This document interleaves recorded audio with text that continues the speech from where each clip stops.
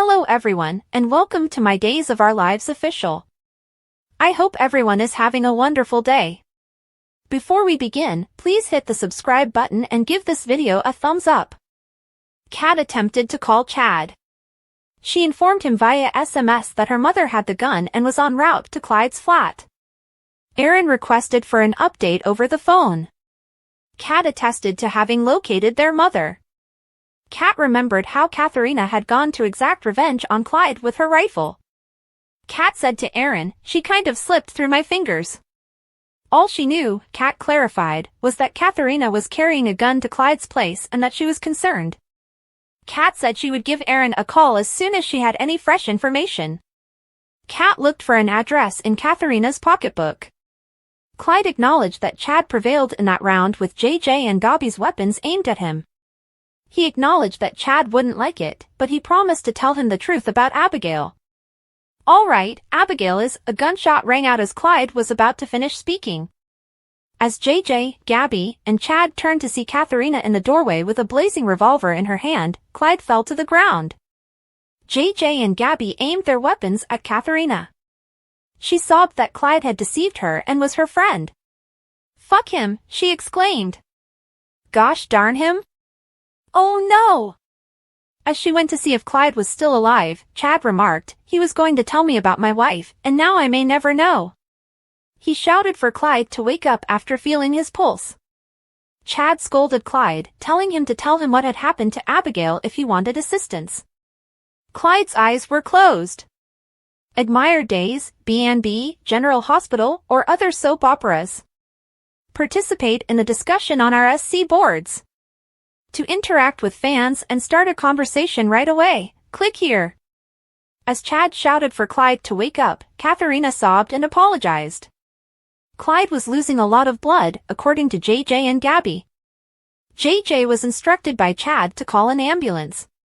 He snarled at Weston, telling him that he was not allowed to leave until he informed him of the whereabouts of his wife's remains. Chad stated, "We'll get you help." It was unbelievable to Gabi that they were attempting to save Clyde. Kat jumped in after the EMTs had taken Clyde away. Her mother shot Weston before he could tell Chad what he needed, JJ angrily informed her. Kat decided to visit Catharina after learning that she was in shock and was at the hospital. JJ looked for hints throughout the apartment. He wanted to learn as much as he could about Abigail while he and Gabi were still there because he believed the police would be there shortly. JJ emphasized that Clyde will pass away and take the knowledge with him. Without answers, he was unable to return home to his parents. He was reassured by Gabi that Abigail was sleeping peacefully. She claimed that being aware of Abigail's location did not alter the fact that she was gone and would not return. Knowing that he was the best brother Abigail could have ever asked for, Gabi attempted to reassure him. She recommended that they visit the hospital.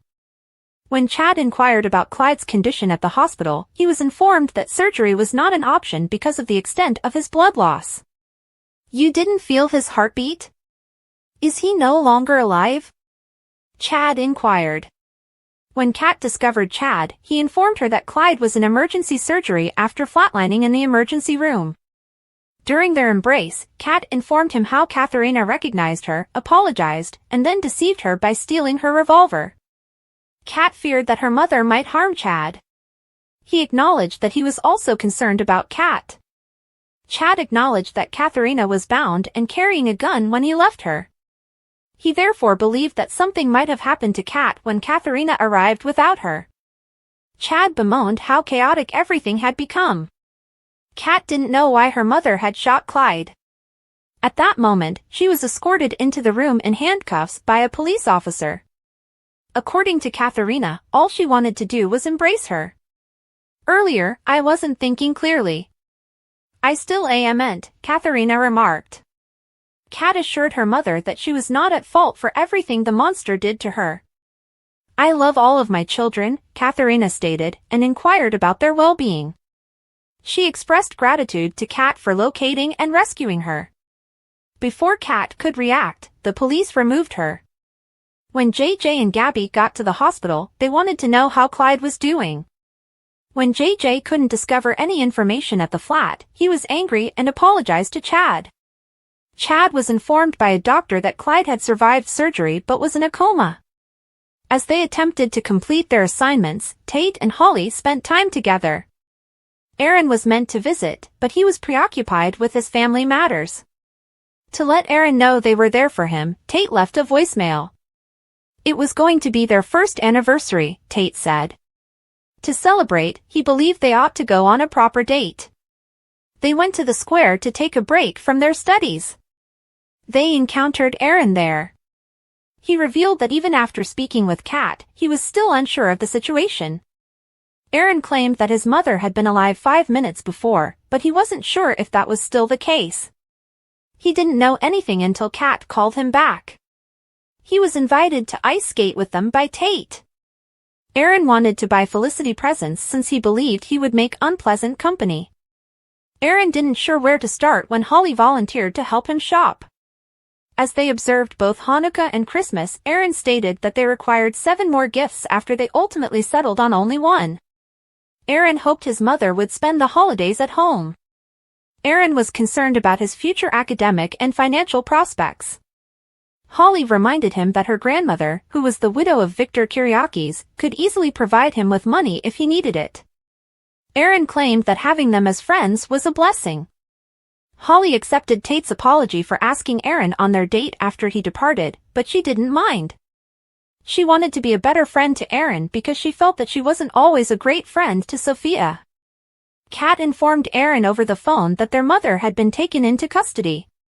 She reminded him that she wouldn't be held accountable for anything she did because Clyde was an escaped fugitive. Since Mark hadn't been released from prison, Aaron wasn't entirely sure. Kat told him things would be all right. She began to say that she would understand if Chad wanted her mother imprisoned when she hung up. Chad claimed that he was at a loss for ideas. Kat stated she was praying he obtained the information he needed because she knew how much he wanted to locate Abigail's remains. Steve and Jack were on the phone at home. According to Steve, they would have been informed if something had gone wrong. When Kayla got home, she reported that they had at last located someone to replace Mark Green. Steve wished he was with them or could assist, but he still hadn't heard from Chad. Steve claimed they needed a tree to place the gifts beneath, but Kayla suggested he help her wrap them as a diversion. Together, they went in search of a Christmas tree. Steve made fun of Kayla for having the saddest tree on the lot when they got back. Sitting together, Steve and Kayla looked over old family decorations and reminisced about some past events. Kayla kept thinking about how difficult the Hortons' Thanksgiving would be. Both of them were optimistic that Beau would awaken. Kayla remarked, "Just like we did with Abigail."